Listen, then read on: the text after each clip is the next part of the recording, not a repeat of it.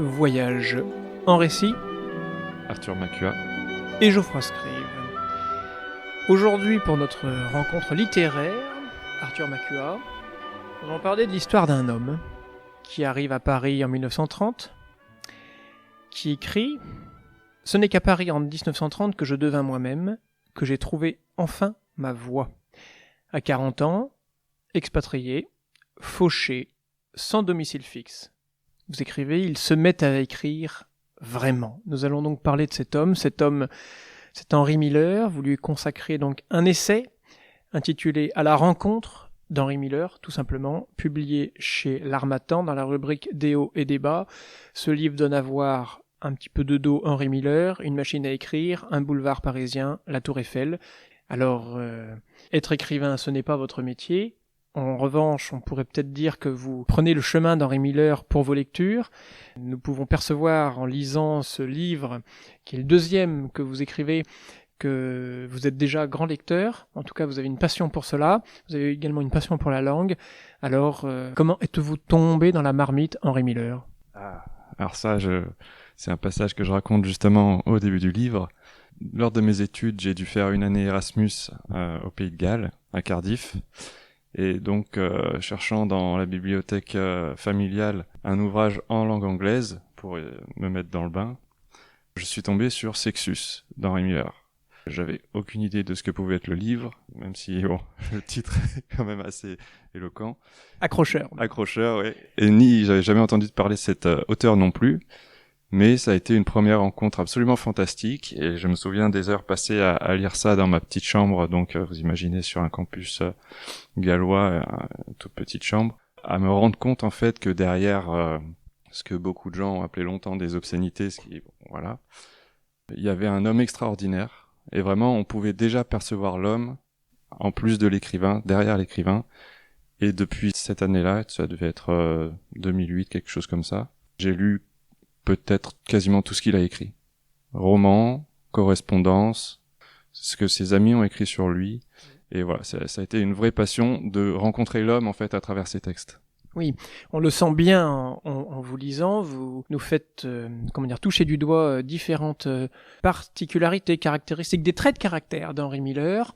Vous écrivez même qu'il s'agit pour vous de l'écrivain du bonheur, de la joie. Donc j'imagine qu'en le lisant et en lisant ce que ses amis ont écrit sur lui, ou en narrant quelques anecdotes, vous avez senti, une joie du quotidien ? Peut-être même une quiétude de l'âme en le lisant. Et je rapporte plusieurs anecdotes où des gens, justement, en lisant ces livres, sont sortis d'une phase noire qu'ils étaient en train de vivre, quasiment des dépressions pour certains. Et même un ami à moi m'a raconté... Voilà, il faisait une fixation sur Tropique du cancer, qui est charmant, qui est tout à fait charmant, mais que je ne trouve pas le meilleur livre d'Henry Miller. Et un jour, il me dit enfin, donc je n'osais pas lui demander pourquoi il faisait une fixation sur ce livre, et un jour, il m'avoue enfin que ça faisait des mois qu'il était en dépression.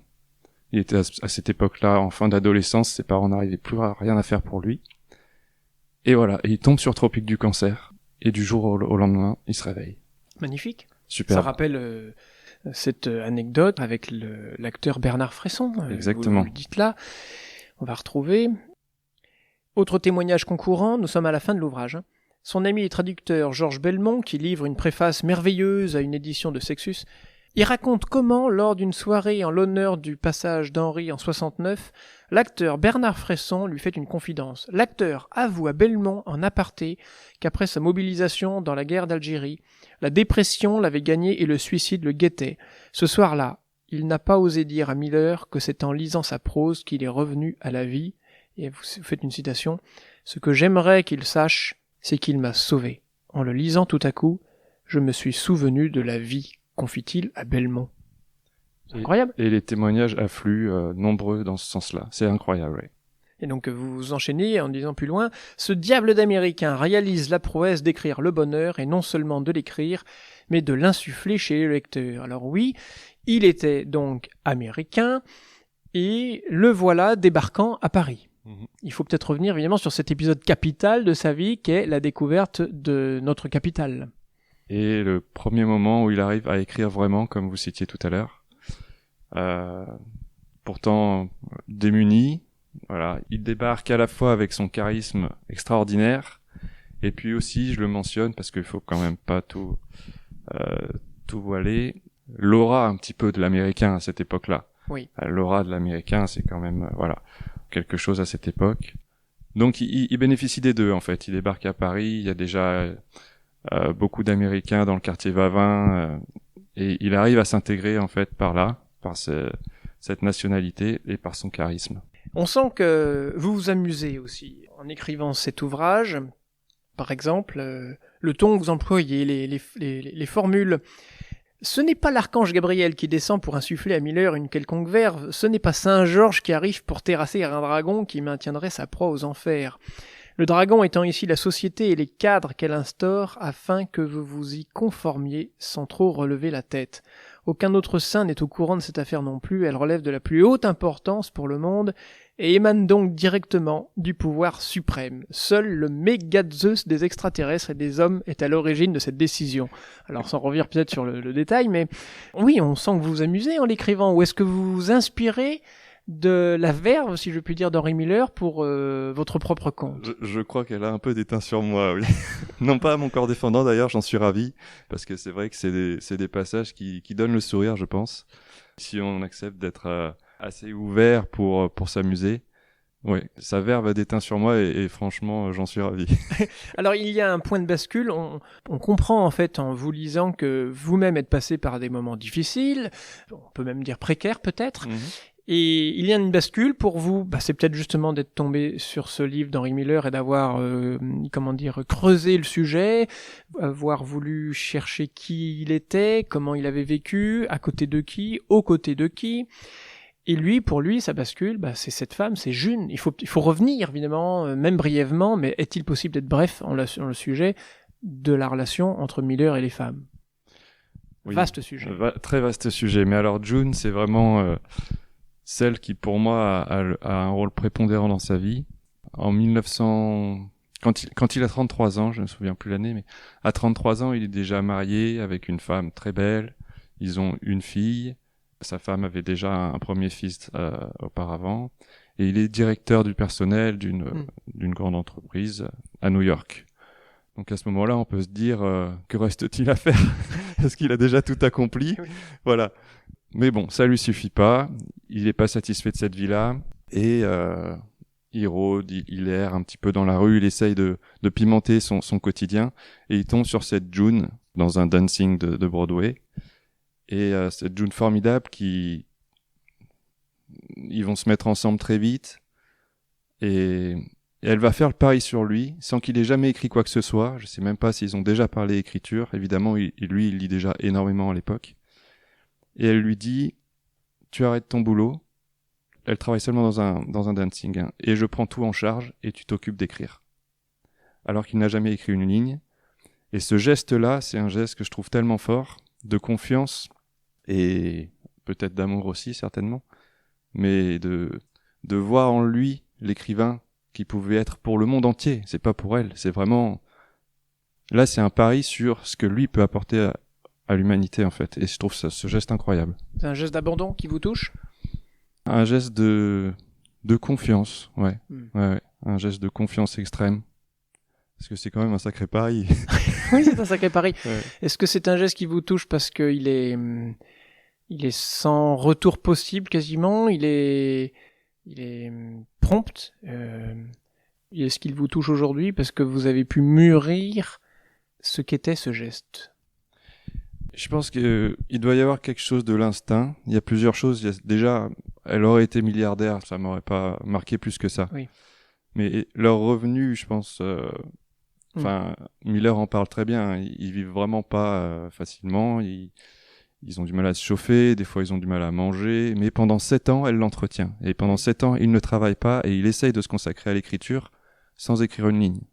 Et pendant 7 ans, elle ne lâche rien et elle fait son possible, en tout cas, pour les maintenir à l'eau tous les deux et rester dans cette ligne droite de « il faut que tu écrives, Henry, et tu y arriveras ».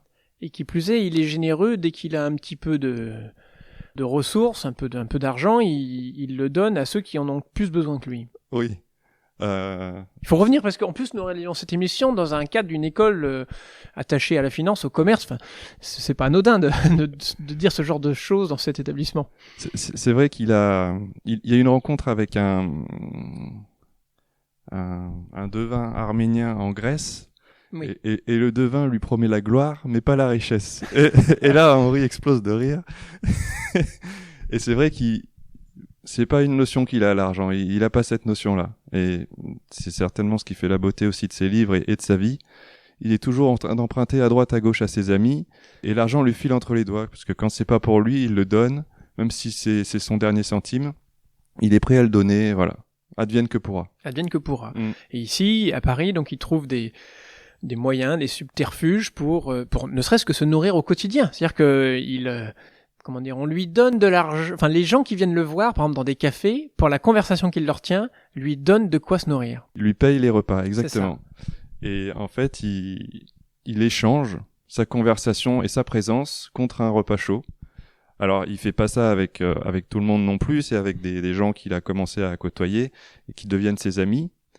Et en fait, on a quand même 2-3 témoignages où ses amis témoignent que, en fait, ils en sortaient enrichis. Voilà. C'est ça. Ils dépensent quelques sous pour lui payer un repas, mais la conversation et la présence d'Henri les a enrichis. Oui, c'est ce qu'on retrouve avec cet acteur, donc sauvé du suicide à la fin de votre Exactement. ouvrage. Et cela amène à dire qu'il y a quand même des atouts. Il a de sérieux atouts de son côté, l'écoute et la voix. Ouais. Ça, c'est quelque chose qui vous a touché ? Oui, et ça, c'est. J'avais jamais pensé à l'écouter en fait. Mais c'est un ami qui m'a dit, mais Miller, il est pas si vieux, va voir sur YouTube. Sur YouTube, exactement. Et j'y suis allé, et il faut l'entendre. En anglais ou en français, moi je parle assez bien anglais. En français ou en anglais, le son est légèrement rocailleux, mais en même temps très généreux. On sent le sourire. C'est à la fois sérieux, mais bienveillant. On sent le sourire, et c'est vraiment une voix quasiment ensorcelante. Et moi, tout naturellement, j'ai commencé à sourire en l'écoutant. Voilà, et je pense que beaucoup de gens pourraient partager cette impression. Entretien avec Henry Miller par Georges Belmont.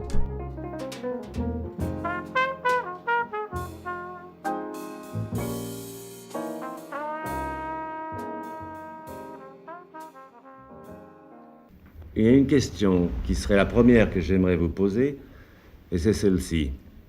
L'autre jour, en bavardant avec Gérald Robitaille, votre secrétaire, il me racontait une chose que j'avais oubliée de vous. C'était la prière que vous aviez adressée à Dieu. À Dieu? À Dieu, m'a-t-il dit. À Dieu. À Dieu. Ah oui. Quand vous aviez un peu plus de 20 ans, en lui disant « Dieu, faites de moi un écrivain, mais le meilleur ». Ah, c'est exagéré. Exagéré? Ça, oui, je n'ai pas demandé cela. Non, j'ai toujours prié entre peut-être 16 ans jusqu'à 20 ans que Dieu me fasse un écrivain, mais pas le meilleur. Je n'ai jamais dit cela, n'est-ce pas? Mais j'espérais de s'approcher un peu à Dostoïevski. Je savais que je ne peux pas rivaliser, on dit. Rivaliser, oui. Oui, Dostoïevski, parce qu'il était mon Dieu, mon idole. Hein. Mais j'espérais que, comme Américain, je pourrais donner quelque chose équivalent, n'est-ce pas? De Dostoïevski. Ah, oui. Mais c'était Dostoïevski en particulier auquel vous pensiez? Ah oui, oui. Mais en même temps, le style que je voudrais achever, maîtriser, c'est le style de Knut Hamsun. Ça vous met du baume au cœur ? Oui. Donc quand vous avez un coup de grisou, vous réécoutez Henry Miller ? Je le lis plutôt. D'accord. Mais régulièrement, je sors... j'ai une bibliothèque assez fournie de ces livres, donc régulièrement, je m'en sors un ou deux comme ça, et je les bouquine certainement dans le métro d'ailleurs, pour aller au travail, ou alors avant de dormir un petit peu, et tout de suite ça remet du baume au cœur, oui. Ce livre est aussi l'occasion pour vous, Arthur Macua, d'établir un petit peu ou de donner à comprendre un peu votre philosophie de vie. Alors on va pas lire tout le passage parce qu'il y a quelques pages, je trouve très belles. C'est à peu près aux 2/3 du livre. Garder le cap face aux divers impératifs sociétaux. Il y aurait tant à dire, et certes. D'abord, le choix des offres auxquelles on postule. Et vous revenez sur le fait de postuler à un emploi.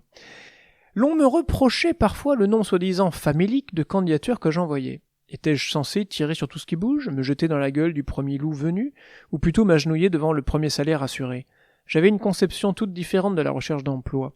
Jamais je n'ai postulé sans avoir préalablement approuvé la conception mentale que je me faisais du poste visé. À quoi bon perdre du temps et laisser percer volontairement ou non son manque de motivation lors de l'entretien? Au moins, ça a le mérite d'être franc. Ça a le mérite Vous d'être êtes clair. honnête. Oui, ça fait écho à mon premier livre qui traitait de la difficulté d'accès au marché de l'emploi après les études supérieures, d'un relativement bon niveau. Et plusieurs amis et moi étions dans cette même difficulté, situation difficile, et certains que je voyais accepter des petits boulots, et moi je m'y refusais. Voilà, donc c'est simplement une conception qu'on se fait de la vie. Je voulais un job où je puisse trouver un certain épanouissement, et eux, je les voyais un petit peu se dégrader mentalement, énergétiquement aussi, dans des boulots qui n'avaient aucun sens, clairement, mais qui leur apportaient un demi-salaire ou un salaire misérable. Donc c'est un choix difficile, mais... Oui, mais après, il y a au-delà du domaine personnel. Quand vous écrivez « Afin de renforcer ces îlots de résistance, Miller agrémente son récit de souvenirs de France, qui étaye sa position. Il égrène ainsi les atouts de notre pays en contrepoint à ce qu'il découvre au fil des kilomètres dans sa propre patrie, parce qu'il fait un voyage aux États-Unis.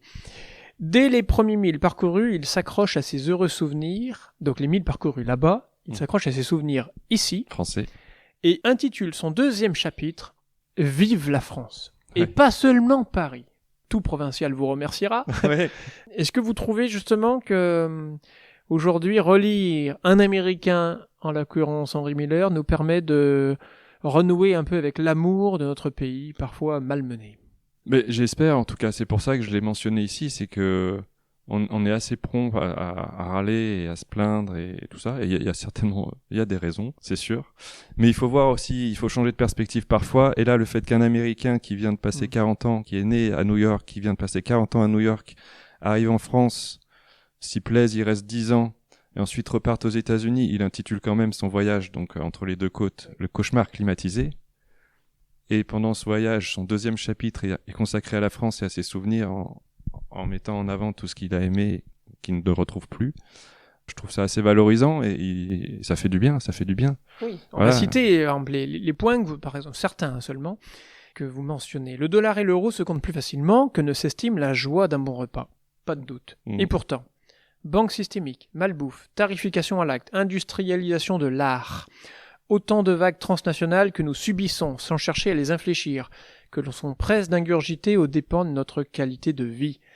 Lorsque je pense aux enseignes grand public qui, il y a peu de temps encore, comptaient dans leur rayon musique, BD et littérature pour un tiers chacun, comment ont-elles évolué? Et là, vous faites le constat que la littérature est devenue portion congrue. Voilà. Et ça vous afflige.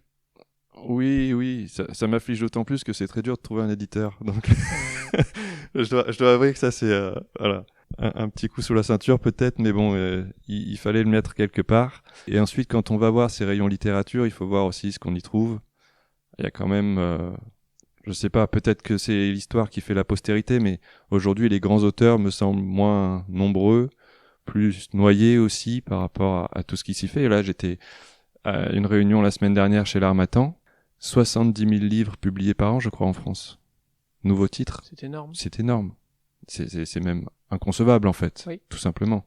On peut pas avoir 70 000 livres C'est sûr que de qualité littéraire. Oui. Voilà. j'écoutais il y a peu une émission dans laquelle les personnes disaient que c'est sûr que au cours du XXe siècle, certains grands noms se détachaient. C'était des penseurs à l'époque, des auteurs et des penseurs sur lesquels tout à chacun pouvait, s'appuyer. Exactement. Par exemple, on pouvait citer Raymond Aron, André Gide, on peut même penser à Bernanos. Aujourd'hui, c'est beaucoup plus diffus. Mhm. Et on pourrait même dire qu'il y a de plus en plus de gens qui écrivent et de moins en moins qui lisent. Oui, heureusement, la lecture se porte pas si mal, je crois.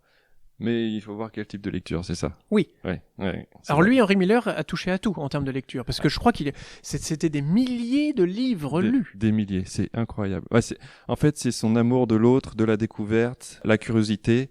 On en parlait, vous l'avez mentionné, avec la France, et pas seulement Paris. C'est qu'il arrive en France, mais dès qu'il peut, il essaye de visiter un petit peu d'autres villes. Il va à Sarlat, il va à Louvciennes avec Anaïs Nin, évidemment. Il essaye de voir du pays et puis de rencontrer. En fait, c'est ça qui est très fort. C'est le titre, justement, fait hommage à cet esprit de rencontre. Je sais pas comment il fait, mais aucune de ses balades, aucune de ses visites ne se fait sans rencontre. Moi, honnêtement, j'y arrive pas. J'essaye, mais c'est très dur. D'être ouvert à la providence, quelque part? Non, c'est plus que ça.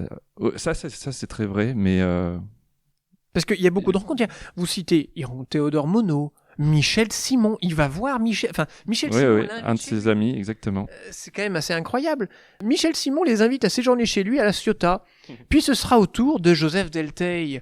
Il a presque un lien avec les surréalistes par là. Ouais. Mais Ou plutôt, il aurait plutôt été dadaïste d'ailleurs. Mais dans les années 1950, en fait, Miller est considéré comme un des plus grands écrivains au monde en France. C'est juste ensuite la censure à laquelle il doit faire face dans les pays anglo-saxons le feront connaître que plus tard, dans les années 60. Mais en France, c'est déjà un des plus grands écrivains. Il a aussi pour ça qu'il a que la France est aussi attachée à cet auteur et que cet amour est réciproque, je pense, oui. J'avais une question à vous poser à propos d'une anecdote. Quand vous mentionnez ceci, puisque les grands équilibres nous échappent, j'avais trouvé un exemplaire de Plexus totalement par hasard sur la banquette arrière d'une voiture. Non.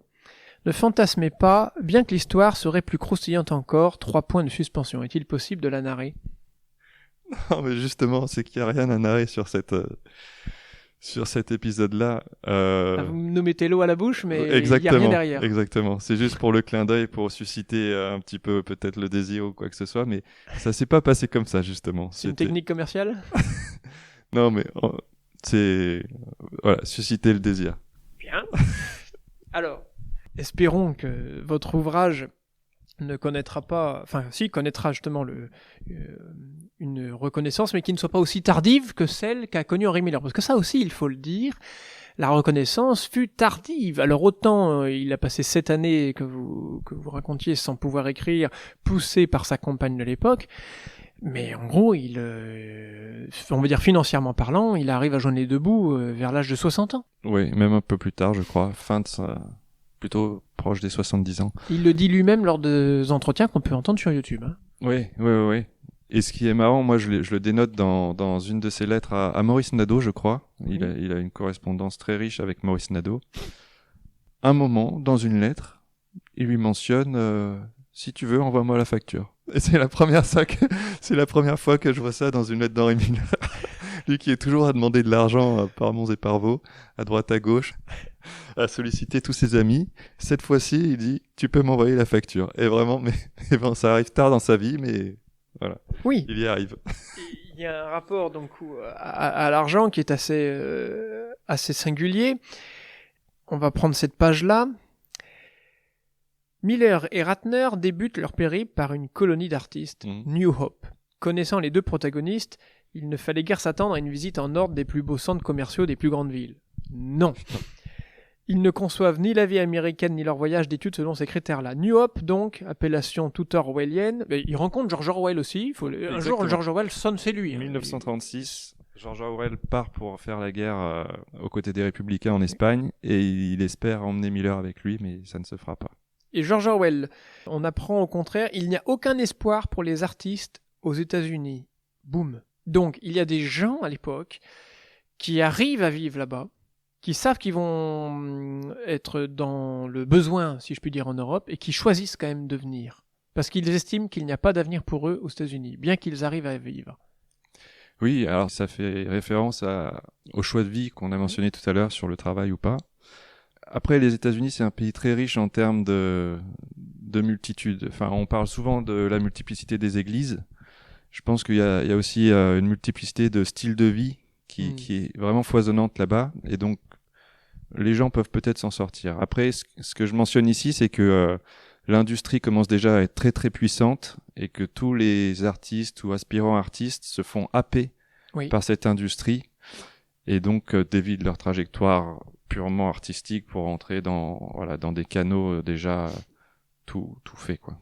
Avez-vous réfléchi à la recette qu'il avait à la fois trouvée, recherchée, travaillée peut-être pour obtenir finalement le succès? Je veux dire la recette littéraire.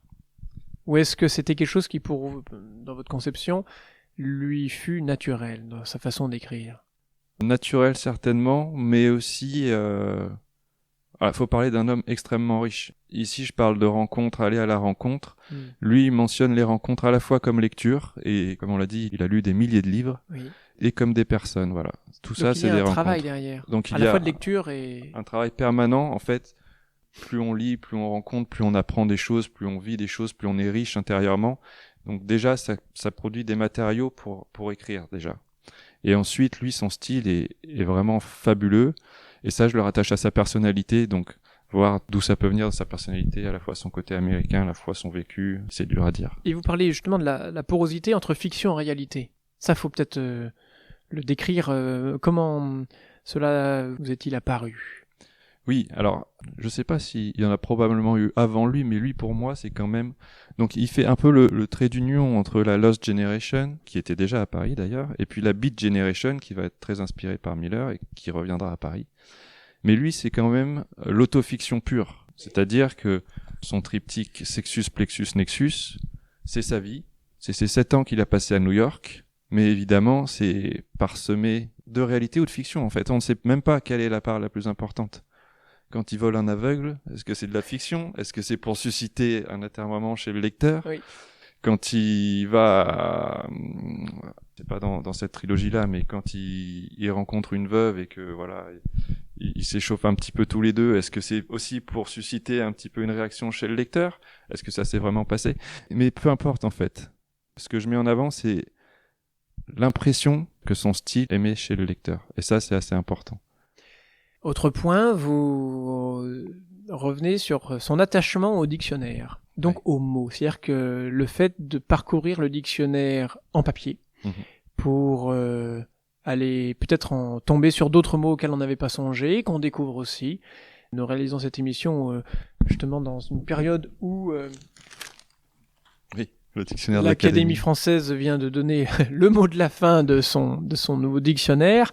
Est-ce que c'est quelque chose qui vous-même, vous l'avez découvert, le dictionnaire, par cette lecture d'Henry Miller? J'avais toujours été attaché au dictionnaire, mais à la suite d'un de ses livres, j'en ai racheté un, oui. Alors évidemment, j'en ai racheté un d'occasion, c'est-à-dire pas les dernières versions. Le mien doit dater, je sais plus si c'est 2002 ou 2008. Bon, donc c'est déjà les années 2000 quand même, mais... Oui, et Miller a été vendeur d'encyclopédies pendant un temps, et on sent très bien que, à un moment, quand on est amoureux des mots comme il l'était, le dictionnaire ne suffit pas. Le sens littéral de nos jours ne suffit pas. Il faut plonger dans les encyclopédies pour connaître l'histoire du mot, pour connaître son origine, pour connaître sa géographie. Et voilà, ça c'est vraiment le parcours qui fait, et son amour des mots se traduit là-dedans. Oui. Peut-être pour finir... Pouvons-nous revenir sur le mot de voyage? Vous écrivez ceci: j'avancerai couvrir un livre de Miller équivaut à débarquer à l'aéroport, billet en main, mais sans en connaître la destination. C'est ça. C'est ce qui lui a été reproché en partie dans les procès aux États-Unis, c'est que pour certains livres, soi-disant, il n'y avait pas d'intrigue. C'est pour ça que je fais le parallèle avec le voyage sans billet de destination, et pourtant sans connaître la destination. Et donc pourtant, c'est aussi une aventure. C'est une aventure, et une aventure sûre. Voilà. Et il y a une aventure avec le style. Moi, il y a un style que vous affectionnez particulièrement. Exactement, oui. Et un style qui nous fait voyager, et grâce à la force des mots, qu'il maîtrise à la perfection, et aussi par ses voyages, par son vécu. Moi, c'est vraiment le style qui m'a donné envie de mettre en avant cet auteur, le style, et puis son mode de pensée aussi, qui est vraiment atypique, et qui pourrait aujourd'hui, je pense, voilà... Enfin, on est quand même une des nations championnes de consommation d'anxiolytiques, voilà, merci.